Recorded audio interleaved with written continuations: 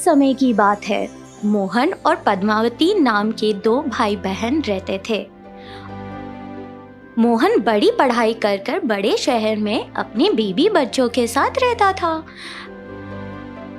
पर पद्मावती जिस शहर में पढ़ाई की, उसी शहर के जान पहचान के एक लड़के रघु से शादी करके वहां पर बस गई।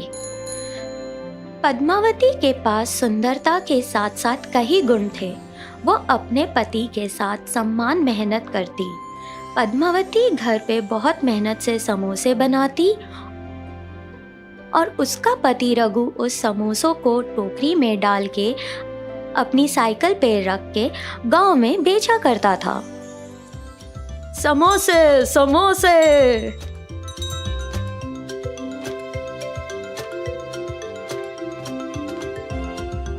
उन समोसों से कमाए हुए पैसे रघु घर लेकर आता था।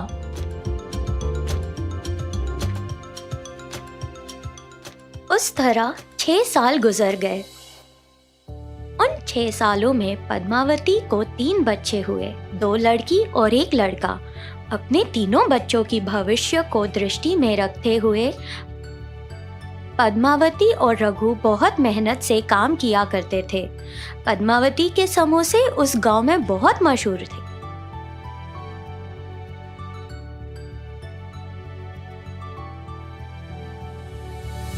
एक दिन पद्मावती का भाई मोहन पद्मावती के पूरे परिवार से मिलने शहर से गांव आया। बहन, और कितने दिन यहाँ रहोगी? शहर आकर यहाँ करने वाली समोसे का धंधा वहाँ कर लो ना। इसी दौरान रघु घर पर आया तो मोहन ने भी उसे यही बात दोहराकर बोला, अगर बच्चों का भविष्य शहर में अच्छा रहेगा तो हम जरूर आएंगे जीजा जी। जिस जगह पर बहुत ज्यादा लोग नौकरी करने आते हैं वहां पर अपने समोसे का धंधा शुरू करो। मैं जहां नौकरी करने जाता हूं, हर सुबह मेरे साथ आके साइकिल पे समोसे बेचो। जैसे मोहन ने कहा उसी तरह रघु शहर चला गया। मोहन के घर के बाजू में ही एक छोटा सा घर किराए पे लेकर वो लोग वहां रहने लगे। बिल्कुल गांव के जैसे यहाँ भी पद्मावती समोसे बनाती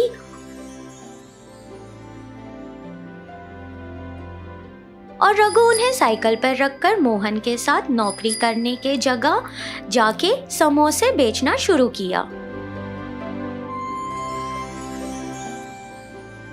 हर दिन मोहन नौकरी पे जाता और पैसे कमाकर लेकर आता।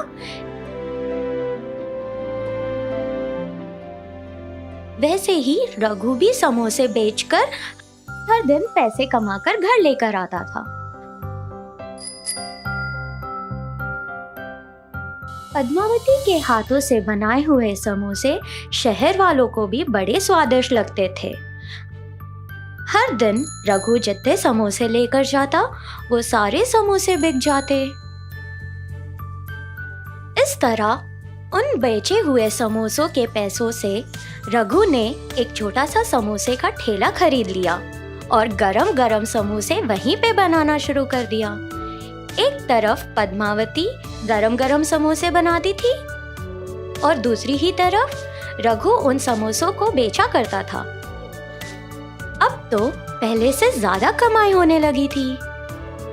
जिस तरह पद्मावती और रघु पूरी लगन से कमाई करते थे, उनकी मेहनत के वजह से जिस जगह पर वो छोटे से साइकिल से अपना धंधा शुरू किया, उसी जगह एक छोटी सी ठेला खरीदने के बाद एक बड़ा ठेला भी खरीदा और उसके बाद उन्होंने 2 लोगों को भी वहाँ पर काम पे रखा।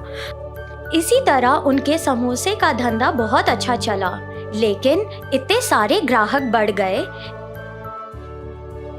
कि समोसे खत्म होने की वजह से उनमें से काफी ग्राहक निराश होकर वहां से लौटने लगे।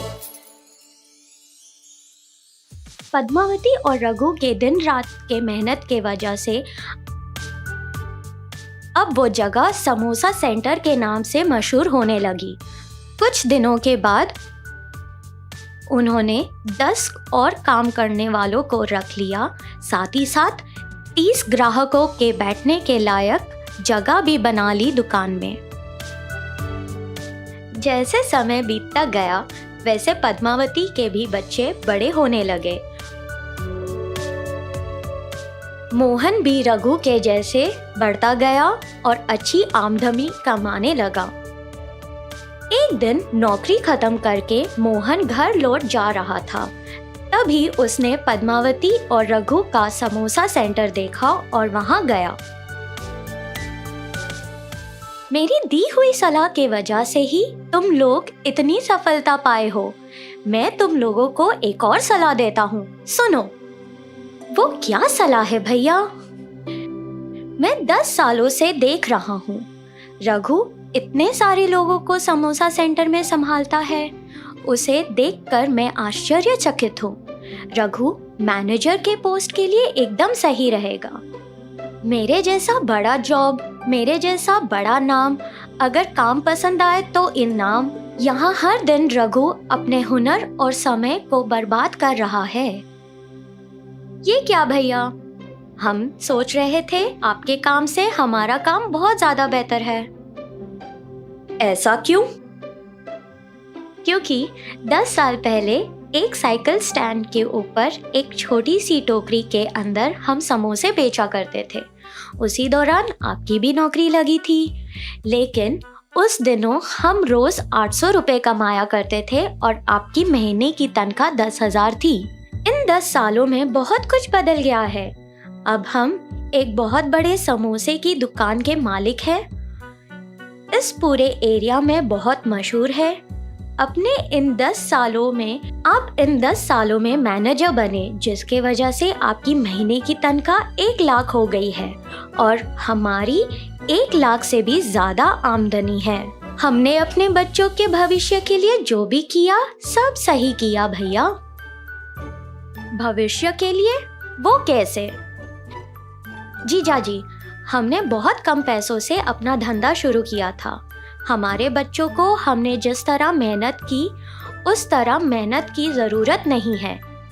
एक दिन मेरा बेटा इस समोसे का ध्यान रखेगा और संभालेगा, पूरी तरह से बने हुए बिजनेस को आगे बढ़ाएगा। आपके बच्चों को वापस शुरुआत से मेहनत करनी पड़ेगी।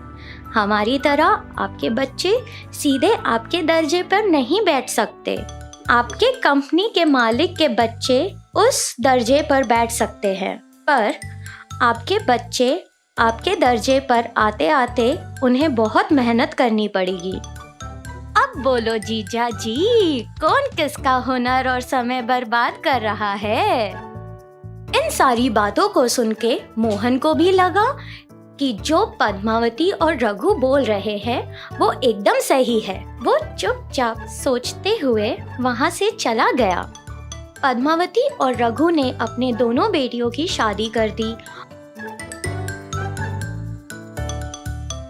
और अपने बेटे को समोसा सेंटर का धंधा सौंप दिया। पद्मावती के लड़के को बहुत मेहनत से काम करता हुआ देखकर और अच्छा नाम कमाते हुए देखकर मोहन ने अपनी बेटी को उससे शादी करने का फैसला किया और यह सोचकर रघु और पद्मावती से पूछा, जिसके लिए सब लोग खुशी खुशी मान गए।